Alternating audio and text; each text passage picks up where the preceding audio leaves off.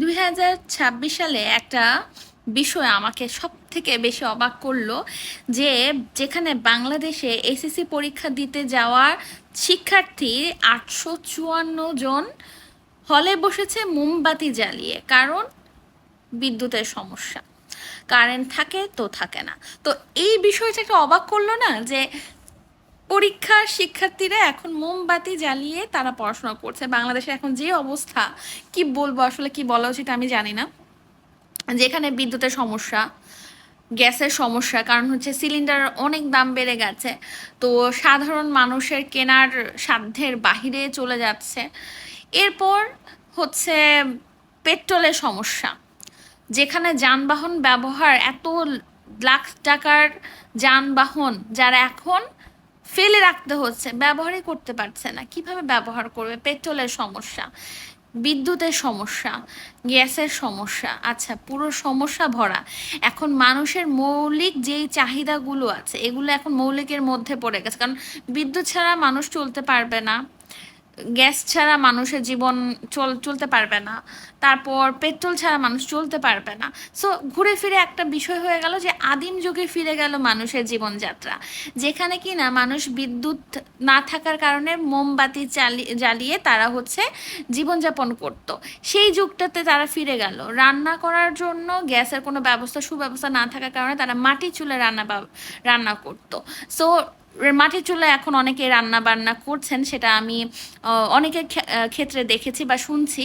আরেকটা বিষয় হচ্ছে যে এত দামি দামি গাড়ি সেগুলো তো ব্যবহার করতে পারছে না, যার কারণে তারা কি করছে, অনেকে বাধ্য হয়ে সাইকেল কিনছে যাতে জরুরি প্রয়োজনে তারা বাসার থেকে কাজগুলো সম্পন্ন করতে পারে। আর যে ক্ষেত্রে যারা হচ্ছে গাড়ি ছাড়া অনেক দূরের যাত্রা, যেখানে গাড়ি ব্যবহার করতেই হবে, তারা ব্যবহার করছে ঠিকই, কিন্তু ভাড়া নিচ্ছে ডাবল, কারণ পেট্রোলের দাম বেড়ে গেছে। এখন কিভাবে মানুষজন সাধারণভাবে চলাফেরা করবে, যেখানে তেল, অল্প একটু তেল কিনতে গেলে অনেক টাকায় তাকে বেয়ার করতে হচ্ছে, পাওয়াও যাচ্ছে না।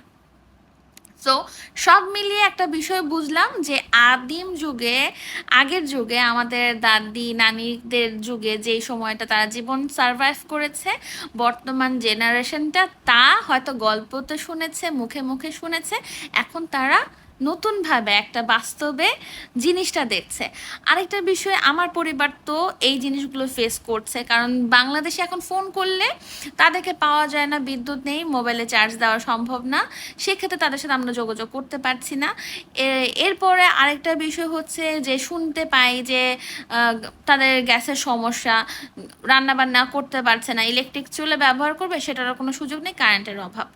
আর পানিরও তাদের সমস্যা শুনতে পাচ্ছে, কারণ বিদ্যুৎ না চললে কিভাবে তারা মোটর দিয়ে পানি হচ্ছে রিজার্ভ করবে, কিভাবে পানি ইউজ করবে সেটারও সুযোগ নেই। মানে চারপাশে শুধু সমস্যা আর সমস্যা, যানবাহনও ব্যবহার করতে পারছে না। তো এখন আমার প্রশ্ন হচ্ছে, আমার পরিবার তো এই ধরনের প্রবলেম ফেস করছেন, আপনাদের পরিবাররা কতটুকু প্রবলেম ফেস করছে, বা আপনারা এর কোনো বিকল্প কোনো পদ্ধতি তাদের জন্য বলেছেন কিনা বা তারা ব্যবহার করছে কিনা, সেটা অবশ্যই আমাকে কমেন্ট করে জানাবেন। আর বাংলাদেশে ঢাকা শহরে বা হচ্ছে যারা ফ্ল্যাট বাসায় থাকে তাদের পক্ষে তো সম্ভব না যে মাটির চুলা ব্যবহার করা, তাই না?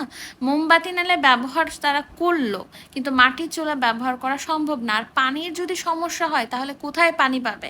এখানে খাল নেই, নদী নেই, পুকুর নেই, কিছু নেই, তাহলে মানুষ পানি ব্যবহার করবে কোথা থেকে? সেটাও সম্ভব না। যানবাহন, এখন এখান থেকে সেখানে যেতে গেলে মানুষ হেঁটে কত দূর বা যেতে পারবে? অফিস থাকে, স্কুল থাকে, কলেজ থাকে, অন্যান্য কাজ থাকে, ব্যবসা প্রতিষ্ঠান সব কিছু থাকে, তো কিভাবে মানুষজন চলাফেরা করবে বলেন? আমি তো এগুলো নিয়ে এখন পুরো দমে আমার মাথাটা ঘুরপাক খাচ্ছে। সব থেকে বড় ব্যাপার হচ্ছে, এই যখন নিউজটা দেখলাম যে এসএসসি পরীক্ষা দিতে বসেছে 854 জন শিক্ষার্থী মোমবাতি জ্বালিয়ে, সেটা আমাকে সত্যি একটা অবাক করেছে। আপনাদের পরিবারে কি খবর অবশ্যই কমেন্ট করে জানাবেন।